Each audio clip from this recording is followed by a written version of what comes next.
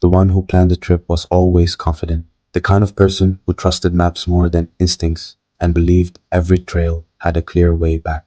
Another one of us joked about everything, even when things felt uncomfortable, turning silence into laughter. One stayed quiet most of the time, always observing, always noticing the small details no one else paid attention to. And me, I couldn't explain it, but I felt something was wrong the moment we reached the mountain, like something deep inside me was warning me to turn back before it was too late. It was supposed to be a simple summer camping trip, just one night at the top of a remote mountain where people online promised an unreal sunrise. The hike up was exhausting, steeper than we expected, but manageable. As we climbed higher, the air got thinner and cooler, yet it didn't feel refreshing. Instead, it felt heavy, like an invisible pressure building around us. At first, we ignored it, blaming the altitude, telling ourselves it was normal. But the higher we went, the stronger that strange feeling became, like the mountain was aware of us climbing it. When we finally reached the top, the view should have made everything worth it. Endless layers of trees stretched out below us, fading into the distance, the sky glowing as the sun began to set. It should have felt peaceful, calming even, but instead it felt empty, unnaturally empty. There were no birds, no wind moving through the trees, not even the faint sound of insects. The silence was so complete that it didn't feel natural. It felt like something had taken all the sound away and left us standing in a place that didn't belong to the normal world. We set up our camp near the edge where the ground was flat, trying to ignore the uneasiness building inside us. Even when we spoke, our voices sounded strange, like they weren't traveling properly through the air. At one point, someone asked if we could hear anything at all, and when we stopped to listen, the answer was nothing. Not silence in a peaceful way, but silence in a way that felt wrong, like something was missing that should have been there. Night fell faster than expected, and with it came a sudden drop in temperature that didn't feel natural. The cold was sharp and biting, like it had arrived all at once instead of gradually. We sat close to a small fire, trying to stay warm and distract ourselves. But the uneasiness didn't go away. That was when we heard it, for the first time, a voice calling out faintly from somewhere below the mountain. It sounded distant, almost like someone shouting for help, and it made all of us freeze instantly. At first, we thought it was someone else hiking late, someone who might need help. So one of us called back, but there was no response. Then, the voice came again, louder this time, closer than before, and that's when the confusion started to turn into fear, because there was no way someone could climb that fast in complete darkness. One of us moved toward the edge, trying to see if anyone was there, but there was nothing below us except darkness stretching endlessly down the mountain. The voice came again, but this time it didn't sound like it was coming from below anymore. It sounded closer, much closer, and before anyone could react, it called out again from behind us. We all turned instantly, our hearts racing, but there was nothing there, just darkness and the outlines of trees standing still against the night. No one laughed this time, and no one tried to explain it. We all felt it. Something was wrong, something we couldn't understand. We went into our tents soon after, not saying much, pretending everything was fine even though none of us believed it. I couldn't sleep, not even for a second.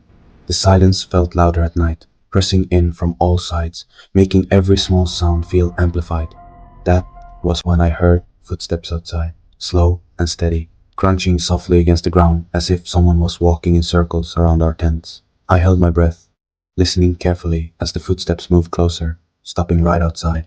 For a moment, everything went completely still, and then I heard a whisper, so close it felt like it was right next to my ear, telling me not to look over the edge. My entire body went cold, and I stayed frozen, too scared to move, too scared to even breathe properly.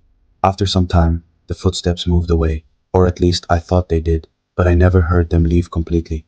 When morning came, it didn't feel like morning at all. The sky was lighter, but the sun didn't rise properly, and the light looked dull and gray, as if something was blocking it. All of us looked exhausted, and without needing to ask, we knew none of us had slept. One by one, we admitted what we had heard during the night.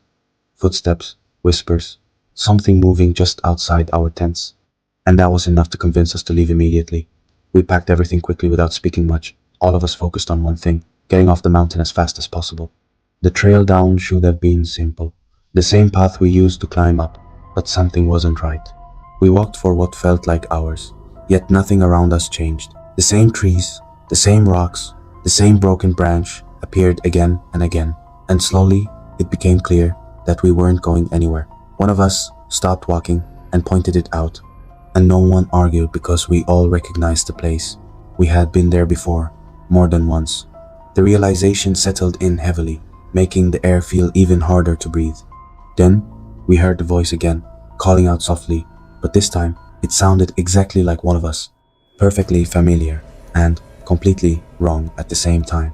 We turned toward the sound and saw a figure standing between the trees, completely still and watching us. It looked human at first, but something about it wasn't right. Its posture was off, its arms hung lower than they should, and its face was too unclear, like it didn't fully exist. When it spoke, it used a voice we recognized, one of our own, telling us not to go down. That was enough to break whatever calm we had left, and we ran without thinking, moving as fast as we could through the forest. The path felt tighter, the trees closer, and behind us, we could hear more footsteps joining in, not just one, but many, all moving in the same slow, deliberate way. We didn't stop until one of us fell hard onto the ground, crying out in pain.